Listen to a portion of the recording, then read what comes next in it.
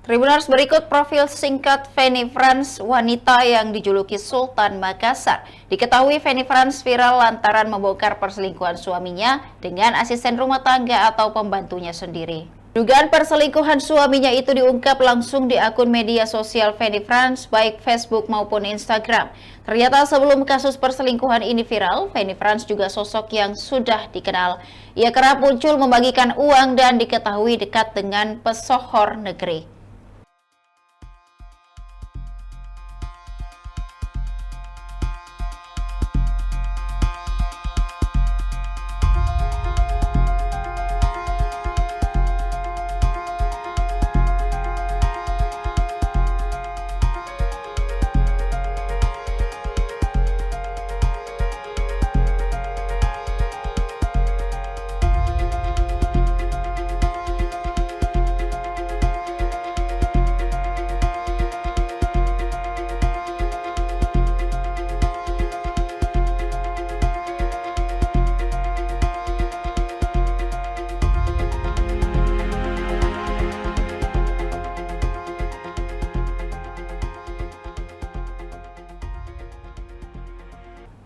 Demikian Tribun Timur Hot News kali ini, saksikan berita lainnya hanya di kanal YouTube dan Facebook Tribun Timur.